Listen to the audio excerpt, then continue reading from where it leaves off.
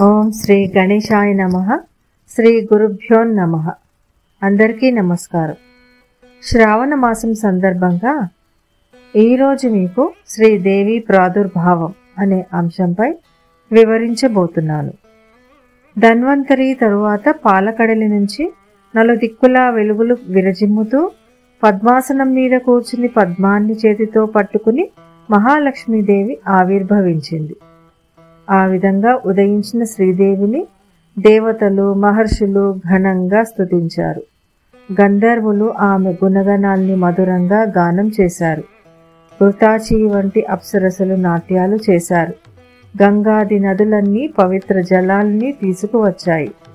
దిగ్గజాలు తమ తొండంతో సువర్ణకుంభ జలాల్ని తీసుకొని ఆ లక్ష్మీదేవిని ఘనంగా అభిషేకించాయి. పాలసముద్రుడు శ్రీదేవికి తామర పూల మాలనిచ్చాడు. అలాగే విశ్వకర్మ దివ్య సువర్ణాభరణాలన్నీ తయారు చేసి ఆమెకు సమర్పించాడు. అలా సర్వాలంకార శోభిత అయిన శ్రీ మహాలక్ష్మి అందరూ చూస్తుండగా తన పద్మాసనం దిగి సరాసరి వెళ్లి శ్రీహరి వక్షస్థలాన్ని అలంకరించింది. ఈ సన్నివేశాలన్నీ గమనించిన దానవులు తమకిక ఏమీ దక్కదని భావించి వెంటనే అమృత భాండం పట్టుకున్న ధన్వంతరి మీదికి దాడి చేశారు.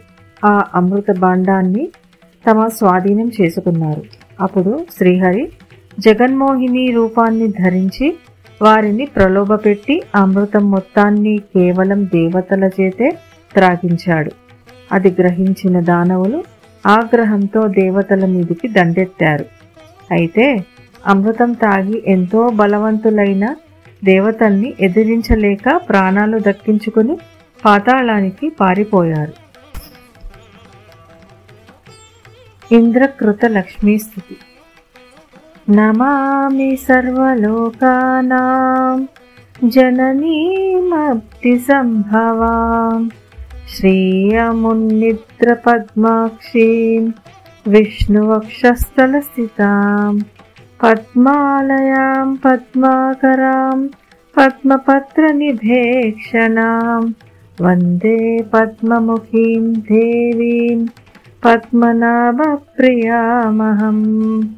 త్వం సిద్ధిస్త్వం స్వదా స్వహాత్వం సుధాలోకపావని సంధ్యారాత్రి ప్రభోభూతిర్మేధా శ్రద్ధ సరస్వతి. యజ్ఞ విద్యా మహావిద్యా గుహ్య విద్యా చ శోభనే ఆత్మవిద్యా చ దేవిత్వం విముక్తి ఫలదాయిని.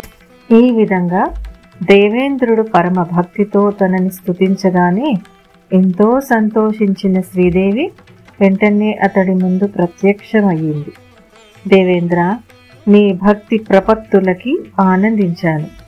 వరం కోరుకో, ప్రసాదిస్తాను అని పలికింది. అప్పుడు దేవేంద్రుడు ఆమెతో, జనని, నీవు ముల్లోకాలని ఎప్పుడూ విడిచి వెళ్ళకూడదు.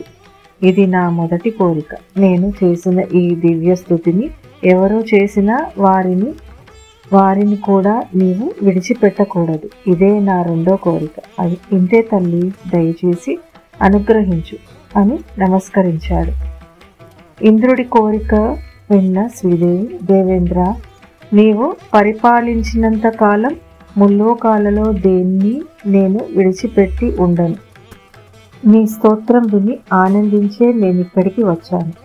ఎవడైతే ఉదయం సాయంత్రం సంధ్యా సమయాల్లో ఈ స్తోత్రాన్ని పఠిస్తాడో వాడిని విడిచి ఎక్కడికి వెళ్ళను అని చెప్పి ఇంద్రుణ్ణి ఆశీర్వదించి అదృశ్యమయ్యింది. భృగు మహర్షికి శ్రీదేవి కూతురుగా జన్మించి భార్గవి అయ్యింది. తరువాత దేవదానవులు సముద్ర మదనం చేసినప్పుడు పాలకడలిలోంచి ఆవిర్భవించింది. ఇదే విధంగా శ్రీ మహావిష్ణువు అవతారాన్ని ధరించినప్పుడల్లా శ్రీదేవి కూడా ఆమె కూడా అవతరించి ఆయన్నే వరిస్తుంది. శ్రీహరి సూర్యుడుగా అవతరిస్తే ఈమె పద్మినిగా అవతరించింది. ఆయన పరశురాముడైనప్పుడు ఈమె భూమాత అయ్యింది. విష్ణువు రాముడుగా అవతరించినప్పుడు లక్ష్మీదేవి సీతగా, ఆయన కృష్ణావతారంలో ఉన్నప్పుడు ఈమె రుక్మిణీదేవిగా, ఇలా ఎన్నో రూపాల్లో శ్రీహరిని అంటిపెట్టుకునే శ్రీదేవి ఉంటుంది. ఈ లక్ష్మీదేవి దేవలోకంలో ఉన్నప్పుడు, దేవ శరీరాన్ని మనుష్య జన్మ పొందినప్పుడు మనుషుని మణిగా మారుతుంది. విష్ణువు శరీరానికి అనుగుణంగా తన శరీరాన్ని మలుచుకుంటుంది.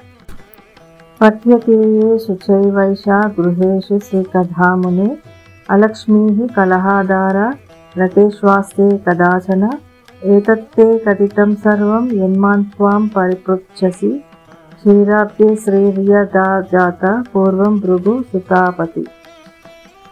పరమ పవిత్రమైన ఈ లక్ష్మీదేవి ఆవిర్భావ గాథని ఎవడు వింటాడో చదువుతాడో అతడి ఇంట లక్ష్మీదేవి 3 తరాల దాకా కొలువుంటుంది.